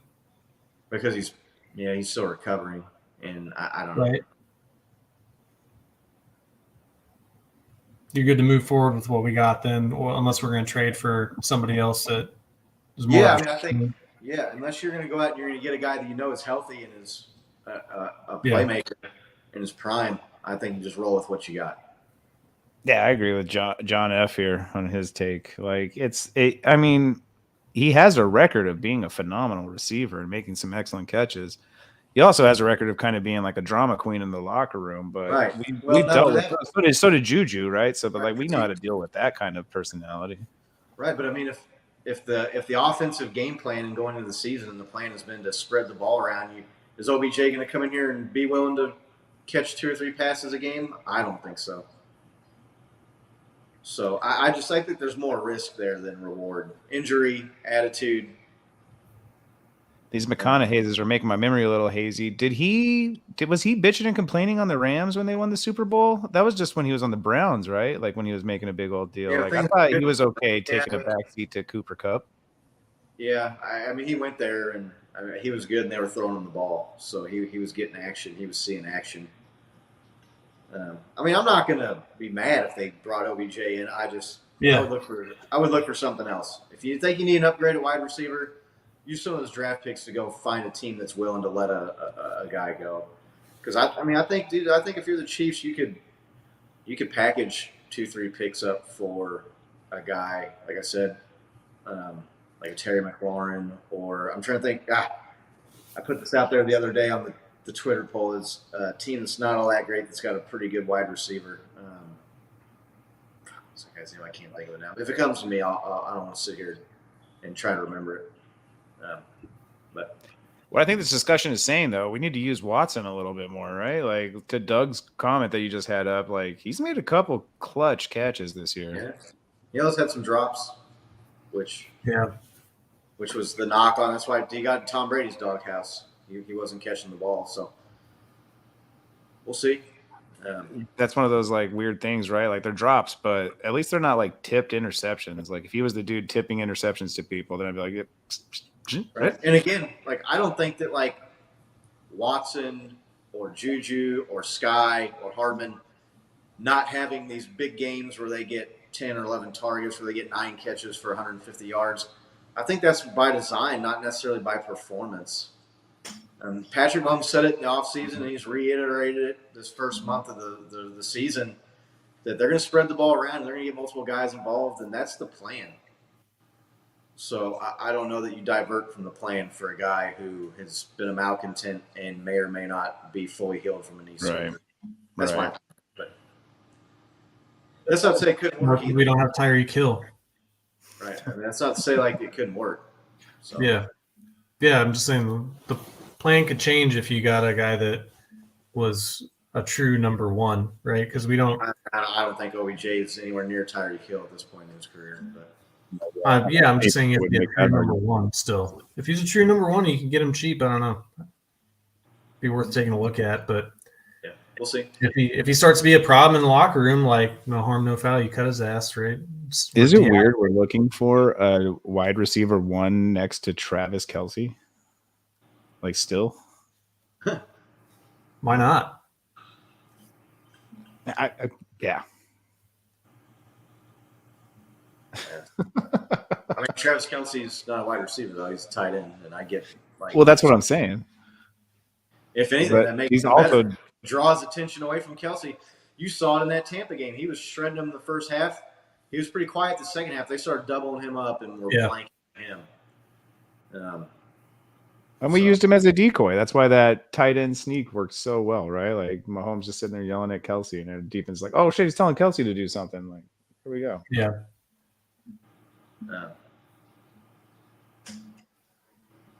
Ooh, OBJ has better hands than Hill. Is that what that just said? I mean, there's a case to be made for that statement. Over the last year and a half, I'd probably agree with you. You know, dude, the weird thing about Tyreek Hill last year with the drops was like before that he had one of like lowest drop rates of a wide receiver in the NFL. Right. Yep. That was a weird deal with him last year. Like he was clutch like up until then. So, you guys want to get some predictions for this game? Yeah, sure. I always like predicting an ass whooping. If you're in the comments, okay. Real quick, we were so close to getting a 50 burger last week, right? I was texting Scott, right? Like all it takes is a field goal and like a defensive pick 6 or like a defensive stop and like back them up. So close. So many blown drives. And I'll make this deal with our audience since this is like one of our higher viewing shows right now. If you comment burgers right now and we score a 50 burger this season, I'll Venmo you $5 so you can go buy yourself a burger. So if you comment burger right now, I'll get your Venmo info. We'll get you burgers here. But yeah, let's go with some game predictions. BURGER. What kind of burger? I will buy you You got my Venmo too. $5 burger, bro. Whatever you make it to order as long as it fits within $5. I will Venmo you $5. Yeah. Look, I think to get the burger, Bo, you're gonna have to root against our defense a little bit from what I've seen because we get up and we could have scored 50, I think, in 2 games this year. And we didn't because we didn't really need to, and it was just run out the clock time. So you're going to need to keep pushing us, I think, for them to hit that number. Damn, I saw Zach. Looks like Zach's in the comments. What's up, Zach? What's up, Zach? Click like. Raiders eat shit by 14. Did I miss it? Shit. Right. Prediction time. Nick? I think that we're going to continue where we left off last week. I'm going to pick the Chiefs to win 44-17. I just don't think the Raiders have it. They haven't looked good.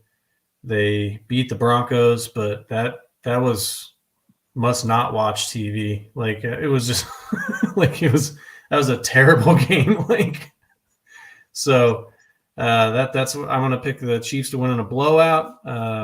And let's kick their ass, dude. I fucking hate the Raiders. I mean, I'm a fan of statistics. I got to agree with you, man. There's no reason that we shouldn't win this game by any means and by a large margin. I'm also going in the 40s. I'm going to say 41-20 just because we're going to give up some easy garbage time at the end. But I am predicting a blowout here. Yeah, we got John F. in the chat.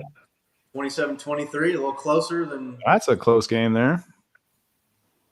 Yeah, let's see what else we got. Yeah, but the Raiders always play us hard, right? What was that? 89 points last year that we scored on them. It's so hard.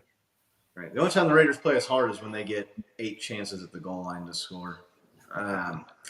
Let's see here. You guys, you said 44 and 40. Yeah, I'm thinking the Chiefs get to 40. So I'm gonna go. Burger. We got our first burger. You did the thing. John Clifford, we get a 50 burger this season. We'll Venmo you $5, my man. $5? What kind of burger are you getting for $5, Bo? And tax. White Castle? Value meal. I'm pretty sure that's a pretty decent burger at Carl's Jr. Is it? I don't know. I haven't been to Carl's Jr. in a minute. All I right. went to Burger King yesterday with my daughters. It was me and 2 children, and I spent $30. All right, we'll rethink the price, but I'll buy people a burger. You're gonna look up the national average of a burger. I'm gonna caveat it's got to be a live comment because I can see this video kind of getting posted everywhere, and all of a sudden I owe like 5,000 burgers to people. But let's get that many views. Let's get that many views. Share with your friends right now. Let's make Bo go broke.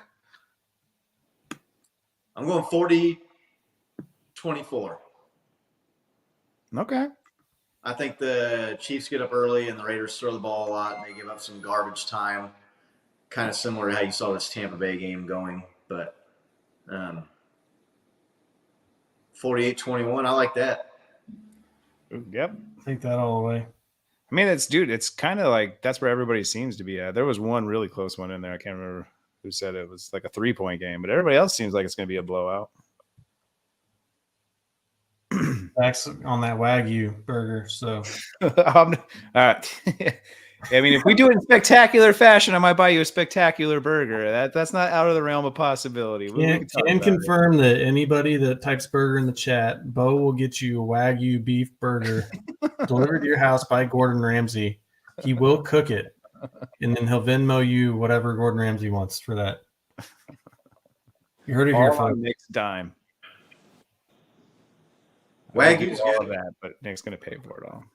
If you're in the Kansas City area, you can Race make car, it, I'll throw in a soft drink for you too there. if you're in the Kansas City area and you can make it up to Paradise Locker Meats, they got some killer Wagyu burgers up there. That's the ticket, especially if you're tailgating, if you're planning on making it out to Arrowhead. Fellas, any last thoughts? Anything you want to get to before we jump out of here? I just want to address the comment here from John F. because I do understand what you're saying about divisional games being different. I'm going off of what I saw last year with the Raiders and the Chiefs, and both of those games were the Raiders getting boat raced. So that's just me hoping, right, that the Raiders haven't really closed that gap and figured anything out with their new head coach. I know they got stronger at wide receiver with Devontae Adams, but they started out 1-3. Granted, close games, but I don't know. I'm just seeing us kicking their ass, and I could be wrong. I'm a homer. I'll say that out loud that I'm a homer. So to address that, I feel like we've already learned our lesson about trap games, right? Like, I feel like we kind of went in overlooking the Colts to Zach's point. Let's see what happened. Yeah. Exactly, right? Like, I think we already kind of learned that lesson early on. So I don't see him overlooking the Raiders in any facet. And I just kind of I see him keeping to form from this past week, man. They look good. There's no reason for him to like stop right now. They're riding that momentum wave. Yeah. Blake's green chili cheeseburger. There you go. You know what, Doug? The balloon fiesta is going on right now. We could probably make that happen. I could probably get one of those shipped out to you. Cooked burger shipped. What about on dry ice? It'll still be good. Yeah. What about you guys? What do you have any final thoughts, Bo? Oh no, that was kind of addressing those points, man. I think we're gonna do well this week. I see no reason for us not to. I'm excited for this game. Like I said before, go Chiefs. Yep. Yeah, I'm looking forward to a nice, comfortable, easy win at Arrowhead. Would I be stunned if it ended up being a close game? No. But I really just don't see it going that way. I think the Chiefs, they got a wake-up call against the Colts, and I don't think you see them sleepwalking and committing penalties. And we get Butker back. The defense has been solid. The offense looks like they're back on track.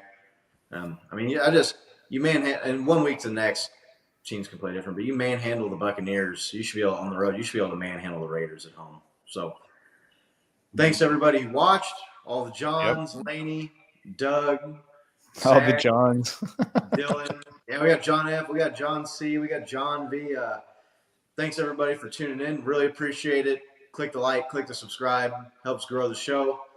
It's really a lot more fun to do when we have more people in here mixing it up with us. So, loved your guys' takes. John F. Great takes, man. Loved them. Yeah. No doubt. Yeah. People know what they're talking about here in the comments. So click like, click subscribe, and we will see you all next Wednesday at 7. Hopefully talking about a big win on Monday Night Football in prime time against the Las Vegas Raiders. Let's go, Chiefs. How about those Chiefs? All right, Chiefs.